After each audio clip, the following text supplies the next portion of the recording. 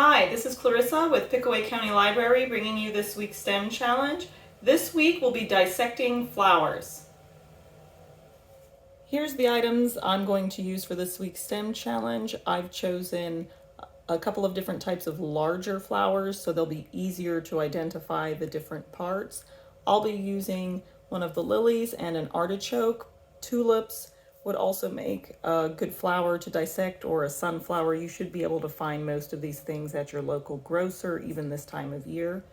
You'll want a cutting board or knife-safe work surface, like a countertop, a knife, and probably a magnifying glass. I'll also be using a microscope because I have a special surprise at the end.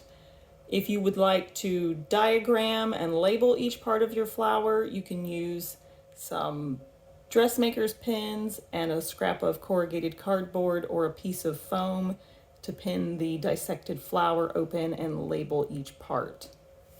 If you decide to go with something like an artichoke, you'll definitely want a larger knife. For something more tender like a lily, you can use an X-Acto knife or a very sharp small kitchen knife. Cut your flowers open carefully. Make sure you get adult help for the artichoke. Next, you can start working on identifying the different structures inside of your flower. We'll start with the Easter lily since most people are probably familiar with this flower. You'll want to look for basic structures such as the stem, the sepal, which isn't visible on this because I cut it off, petals, and then the inner parts, the two parts of the stamen, which is the filament, the long skinny strand that the anthers sits on. The anthers what holds the pollen, and then the female parts of the flower. There are three parts of the pistil: the style, which is this long slender part, the stigma, and then the ovary where the seeds will grow. Since we've identified both male and female parts in this flower, we can say that this flower is a perfect flower, meaning it contains everything it needs to be fertilized, both the pollen and the ovary.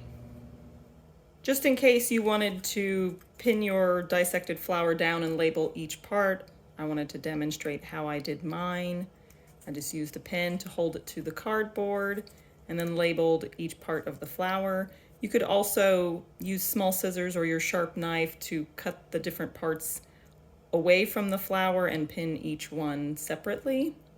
The choice is really up to you. The parts of this artichoke will be a little bit different since this is a flower bud. When you eat the artichoke, you're not eating the mature flower, you cut it off before it blooms. Some of the parts are still the same, like the stem, but the outer petals are actually called the bracts, and then the inner petals, I guess, would be the inner bracts. This fuzz where the pollen will eventually be is called the choke, and then this part here, which is a cook's favorite part, is the heart. This one might be a little bit hard for the average person to determine whether this is a male flower, female flower, or if it contains both parts. If I had to guess, looking at the bracts on the outside, they look a little bit more rounded and curve inward towards the flower, so I'm going to say this would have been a female flower. Male flowers usually are a bit straighter and pointier. Artichoke plants will have both male and female flowers on the same plant.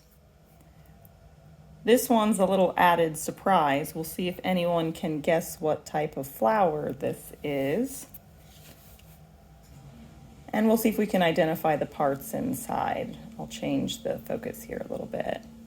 So the part presenting towards the top, that's kind of light yellowish green, would be the stigma. And it's on a longer stem, the style. So we can see that this flower does have female parts.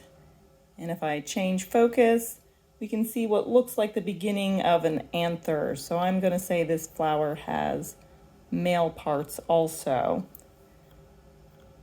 So this would be considered a perfect flower since it has both male and female parts.